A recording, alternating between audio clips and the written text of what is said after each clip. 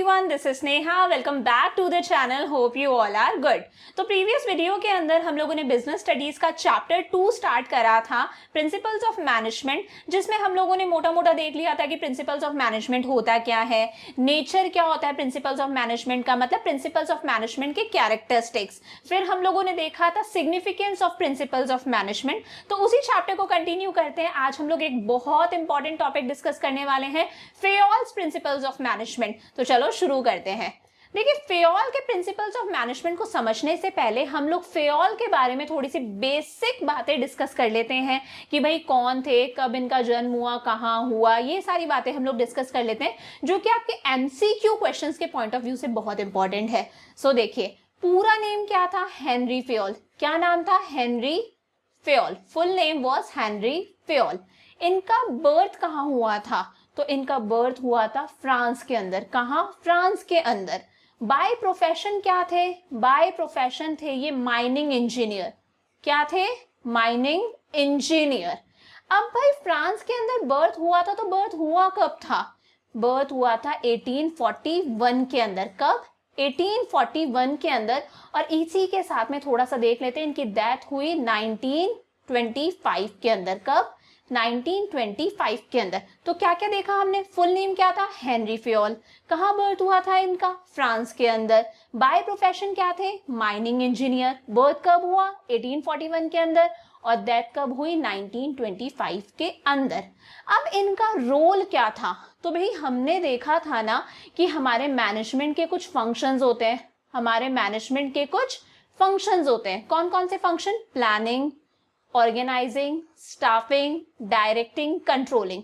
ये हम लोगों ने चैप्टर 1 में पढ़े थे। Planning, organising, staffing, directing, controlling. ये फंक्शंस किसने दिए? हेनरी फेयोल ने। किसने दिए? हेनरी फेयोल ने। और साथ ही साथ हेनरी फेयोल ने 14 प्रिंसिपल्स भी दिए। क्या दिए? 14 प्रिंसिपल्स दिए मैनेजमेंट के, कि भाई ये 14 प्रिंसिपल्स फॉलो करो। अगर ये 14 प्रिंसिपल्स फॉलो करोगे तो आप ऑर्गेनाइजेशन के गोल्स को इफेक्टिवली अच्छे से अचीव कर सकते हो। इसीलिए इन्हें बोला जाता है फादर ऑफ जनरल मैनेजमेंट या फिर father of management studies and thoughts. तो ये हो गई सारी हमारी ज्ञान की बातें। ये सब आपको पता होना चाहिए अगर आपको ऑब्जेक्टिव टाइप क्वेश्चंस में फुल मार्क्स चाहिए। तो फुल नेम क्या था? Henry Fayol.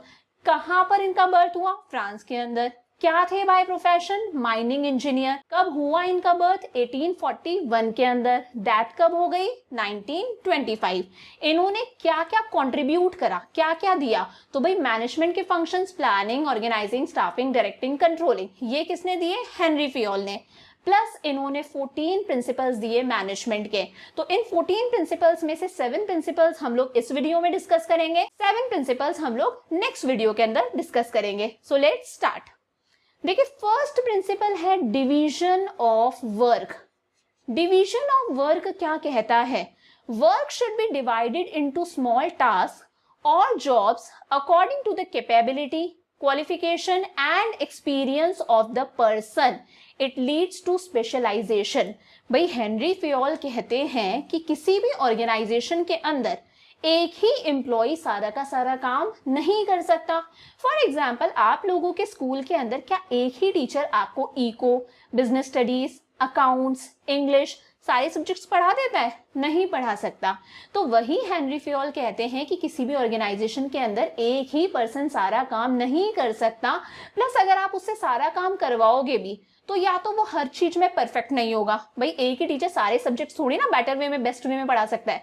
तो वही है, या तो वो बेस्ट वे में सारी चीजें नहीं कर पाएगा, कोई स्पेशलाइजेशन ही नहीं होगा, या फिर ऐसा होगा कि वो ओवर बर्डन्ड हो जाएगा, उसे काम करने में मजा नहीं आएगा, थोड़े दिन काम करेगा उसके बाद में थक जाएगा, लेजी फील करेगा, रिजल्ट्स डाउन जाएंगे। तो हेनरी फेयोल कहते हैं भाई ऑर्गेनाइजेशन में जितना भी काम है उस पूरे काम को छोटे छोटे यूनिट्स में डिवाइड कर दो, मतलब छोटी छोटी जॉब्स में डिवाइड कर दो, और हर पर्सन को उसकी एजुकेशन, उसकी क्वालिफिकेशन, उसके एक्सपीरियंस के बेसिस पर काम बांट दो। अगर आप ऐसा करोगे तो इससे क्या होगा? एम्प्लॉयज पर ज्यादा बर्डन नहीं होगा। प्लस वो वही काम बार बार कर रहे हैं। पिछले साल भी उसने वही काम करा, अभी भी उसने वही काम करा, नेक्स्ट ईयर भी वो वही काम करेगा। तो एक स्पेशलाइजेशन होगा। स्पेशलाइजेशन मतलब वो पर्सन उस चीज में एकदम परफेक्ट बन जाएगा। और ऑर्गेनाइजेशन के लिए बहुत अच्छा है, क्योंकि अगर वो परफेक्ट बन गया तो ना वो चीजों का वेस्टेज करेगा और वो हमेशा अपना बेस्ट देगा।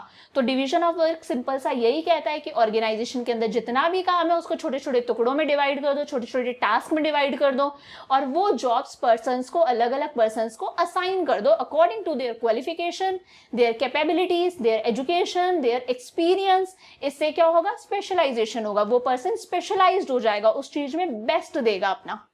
नेक्स्ट प्रिंसिपल है अथॉरिटी एंड रिस्पॉन्सिबिलिटी। सबसे पहले समझते हैं कि भाई अथॉरिटी होता क्या है, रिस्पॉन्सिबिलिटी होता क्या है। देखिए, authority means power to take decisions and give orders.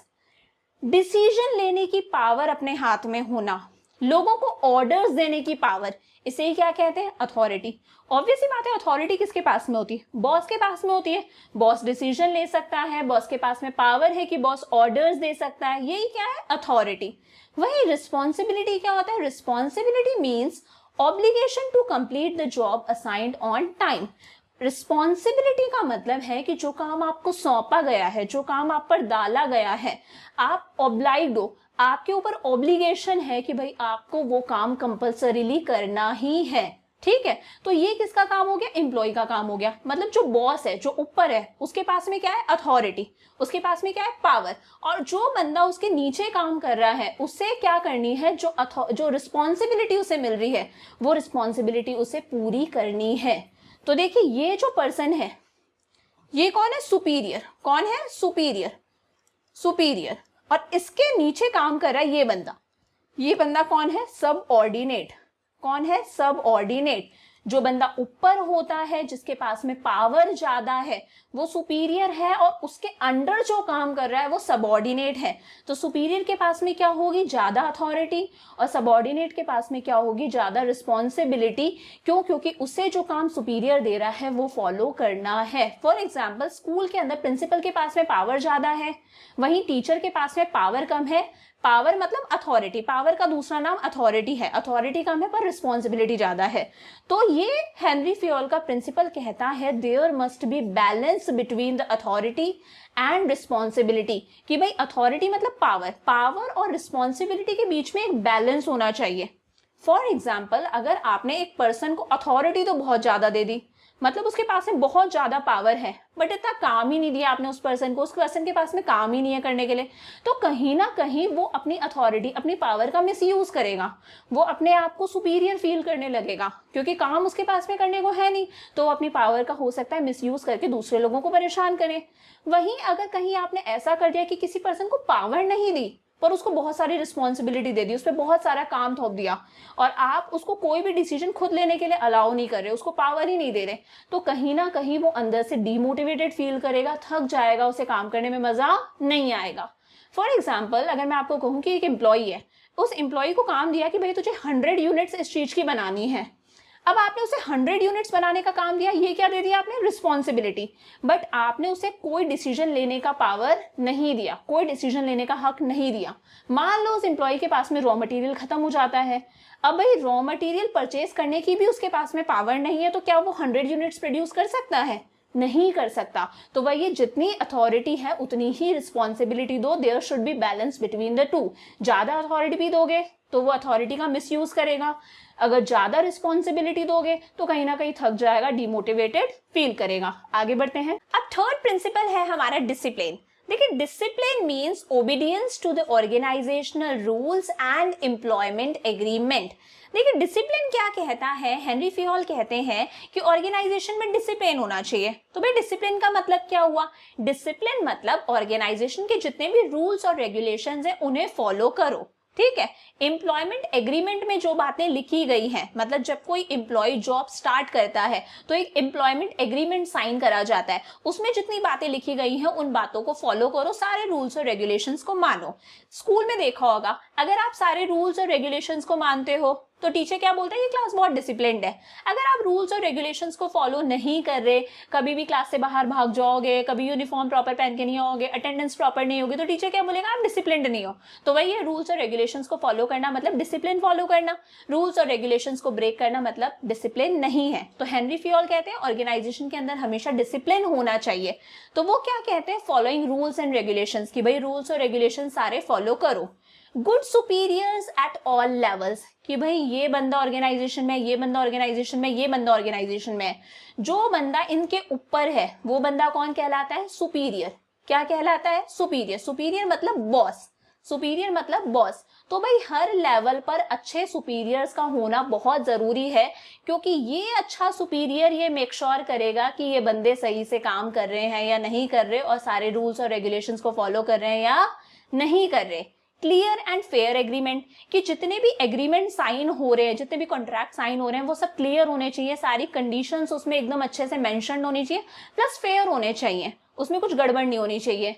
Next है meeting commitments at all levels. कई बार हम कमिटमेंट करते हैं ना कि भाई अगर आप ये अचीव कर लोगे तो हम आपको ये देंगे, तो उस तरह से ऑर्गेनाइजेशन के अंदर अगर आप एम्प्लॉइज से कमिटमेंट कर रहे हो कि अगर आप अपना बेस्ट दोगे, ये टारगेट अगर आप अचीव कर लोगे तो प्रमोशन मिल जाएगा, ये अगर आपने टारगेट अचीव कर लिया तो आपको बोनस मिलेगा, तो अगर आप कोई कमिटमेंट कर रहे हो तो उस कमिटमेंट को फॉलो करो। प्रॉपर एप्लीकेशन ऑफ पेनल्टीज, वहीं अगर कुछ गलत हुआ, कोई रूल ब्रेक हुआ, ठीक है, तो पेनल्टी भी सब पर प्रॉपरली अप्लाई होनी चाहिए, मतलब पेनल्टी लगने में किसी तरह की कोई पार्शियलिटी नहीं होनी चाहिए। तो आप अपने स्कूल से लिंक कर सकते हो सारे रूल्स और रेगुलेशंस को फॉलो करना, ऊपर अच्छे सुपीरियर्स होना जो नीचे देखेंगे कि भाई सारे रूल्स सही से फॉलो हो रहे हैं या नहीं हो रहे, एग्रीमेंट प्रॉपर होने चाहिए, कमिटमेंट्स को पूरा करना, पेनल्टी लग रही है तो सब पर बराबर लगे, ठीक है। तो ये हो गया हमारा डिसिप्लिन। नेक्स्ट है यूनिटी ऑफ कमांड। देखिए यूनिटी ऑफ कमांड का मतलब क्या होता है, there should be only one boss for every individual employee. Employee should receive orders from one boss, because if he is receiving orders from more than one boss, he will get confused. सही बात है। Henry Fayol कहते हैं there should be unity of command.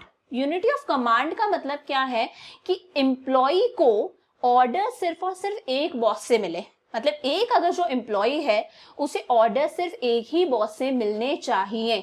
अगर उसे एक से ज्यादा बॉसेस से ऑर्डर्स मिलेंगे तो वो कंफ्यूज हो जाएगा कि मैं किसके ऑर्डर्स को फॉलो करूं, और कहीं ना कहीं कंफ्यूज होकर वो चीजों का वेस्टेज करेगा, काम सही से नहीं कर पाएगा। तो वही ये यूनिटी ऑफ कमांड बस इतना सा कहता है कि किसी भी एम्प्लॉय के ऊपर there should be only one boss. एक एग्जाम्पल देती हूँ आपको। फॉर एग्जाम्पल एक एम्प्लॉय है, उसके ऊपर प्रोडक्शन मैनेजर है। प्रोडक्शन मैनेजर कहता है कि भाई तुम्हें तो क्वालिटी मेंटेन करके रखनी है, चाहे तुम धीरे धीरे प्रोडक्शन करो, ठीक है, तुम्हें तो क्वालिटी मेंटेन करके रखनी है, चाहे तुम धीरे धीरे प्रोडक्शन करो। वहीं उसी के ऊपर सेल्स मैनेजर भी है। सेल्स मैनेजर कहता है मुझे क्वालिटी से मतलब नहीं, तुम तो मुझे ज्यादा ज्यादा प्रोडक्शन करके देते जाओ, मुझे तो सेल्स बढ़ानी है, आगे कस्टमर डिमांड कर रहा है। अब एम्प्लॉय कंफ्यूज हो जाएगा कि मैं धीरे धीरे काम करके क्वालिटी मेंटेन करूं या जल्दी जल्दी बना के ज्यादा प्रोडक्ट बना के सेल्स मैनेजर को दूं। तो वही there should be only and only one boss, ताकि एम्प्लॉय कंफ्यूज ना हो कि उसे ऑर्डर्स किससे लेने हैं। नेक्स्ट है unity of direction. All the units of an organization should be moving towards the same objective. One unit means one plan. Unity of direction का मतलब क्या है कि जितने भी एम्प्लॉयज हैं ऑर्गेनाइजेशन के अंदर वो सब सेम डायरेक्शन में चले, मतलब सबका कॉमन गोल एक ही होना चाहिए। ऐसा नहीं कोई इस डायरेक्शन में जा रहा है, कोई उस डायरेक्शन में जा रहा है, मतलब कोई कुछ अलग अचीव करना चाह रहा है, कोई कुछ और अचीव करना चाह रहा है। सारे एम्प्लॉयज के एफर्ट्स इस तरह से हो कि सारे का जो मकसद है वो कॉमन गोल हो, सारे एक ही चीज हासिल करना चाहते हो। फॉर एग्जाम्पल प्रोडक्शन डिपार्टमेंट है, तो प्रोडक्शन डिपार्टमेंट के नीचे भी कुछ बंदे हैं, ठीक है। सेल्स डिपार्टमेंट है, सेल्स डिपार्टमेंट के नीचे भी कुछ बंदे हैं। तो इन सबका वो मकसद, चाहे वो ये हो चाहे वो ये हो, इन सबका मकसद सेम हो कि हमें तो ऑर्गेनाइजेशन का जो गोल है उसे अचीव करना है।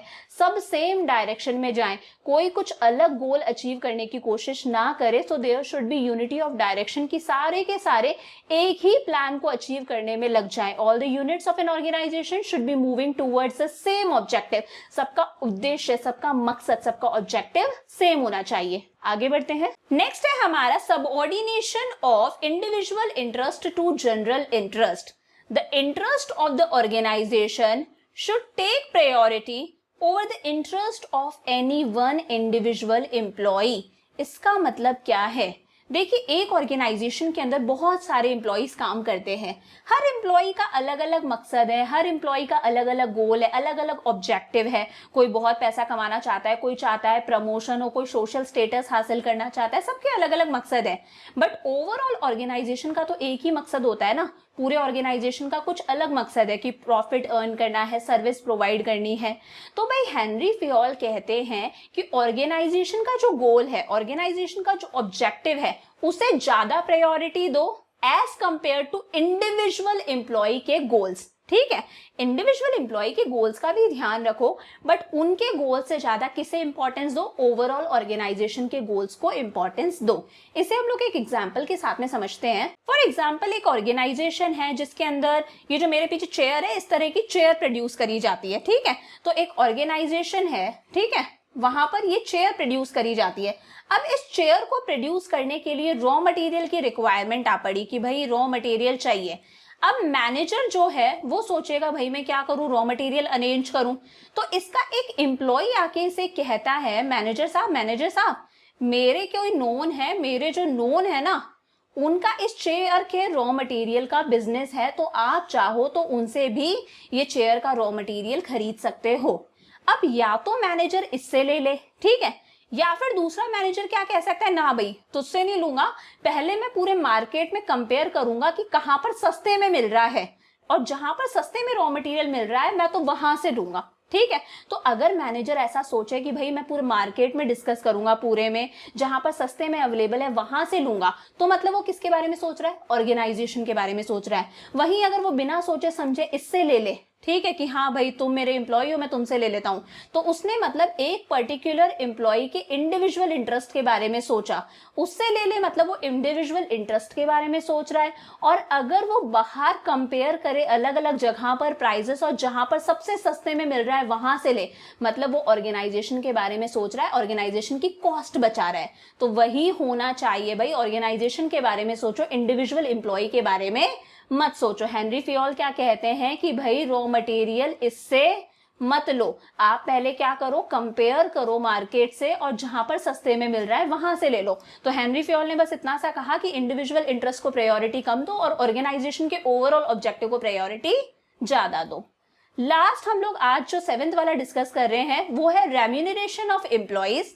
Employees should be paid fairly and adequately to give them maximum satisfaction. कि भाई एम्प्लॉइज को जो तनख्वाह मिल रही है, चाहे सैलरी मिले चाहे वेजेस मिले, वो एडिक्वेट होना चाहिए, मतलब सफिशिएंट होना चाहिए, और फेयर होना चाहिए कि भाई जितना वो काम करें उसके हिसाब से आप उनको पे करो। ऐसा नहीं है कि बहुत सारा काम करा लिया, बहुत सारा निचोड़ लिया उन्हें, और उनको सैलरी कम दे रहे हो, उनको वेजेस कम दे रहे हो, ऐसा नहीं होना चाहिए, उनको सफिशिएंट दो। ठीक है, तो the employee should be paid fair wages and salary which give them a reasonable standard of living. कि भाई इतना तो पे कर दो उनको कम से कम उनके काम के हिसाब से, कि वो एक reasonable standard of living achieve कर सके, एक नॉर्मल जिंदगी जी सके, ठीक है, जितना वो डिजर्व करते हैं। तो वही है, जितना काम करा रहे हो उसके हिसाब से उनको पे करो, बट साथ साथ में ये भी ध्यान रखो it should be with in the paying capacity of the company, कि कंपनी की पेइंग कैपेसिटी के अकॉर्डिंग होना चाहिए। कंपनी की इतनी औकात तो होनी चाहिए कि कंपनी उनको पे कर दे। ठीक है, फॉर एग्जाम्पल ऐसा हो सकता है, मान लो किसी साल कंपनी को प्रॉफिट ज्यादा हो गया, तो ठीक है, दिवाली पर अपने एम्प्लॉइज को बोनस दे दिया। इस तरह से कंपनी कर सकती है, मैनेज कर सकती है, अपने एम्प्लॉइज को खुश रख सकती है। ऐसा नहीं है कि कंपनी की हैसियत ही नहीं है, कंपनी की औकात ही नहीं है, फिर भी उनको लॉसेस में जाके पे कर रही है। तो एडिक्वेट होना चाहिए, फेयर होना चाहिए उनकी सैलरी, उनकी वेजेस, बट कंपनी के पेइंग कैपेसिटी के अंदर भी होना चाहिए। तो आज हम लोगों ने 7 प्रिंसिपल्स डिस्कस कर लिए, जो कि किसने दिए हैं? फियोल ने। साथ साथ याद रखना, फियोल के बारे में हम लोगों ने कुछ बेसिक बातें डिस्कस करी थी एमसीक्यू पॉइंट ऑफ व्यू से, वो बहुत ज्यादा इंपॉर्टेंट है। तो ये 7 प्रिंसिपल्स हम लोगों ने डिस्कस कर लिए। नेक्स्ट वीडियो के अंदर हम बचे हुए 7 प्रिंसिपल्स डिस्कस करेंगे। सो वीडियो अच्छा लगा तो प्लीज वीडियो को लाइक करो, चैनल को सब्सक्राइब करो, सबसे इंपॉर्टेंट अपने दोस्तों के साथ में जरूर शेयर करो। So see you in the next video, bye for now.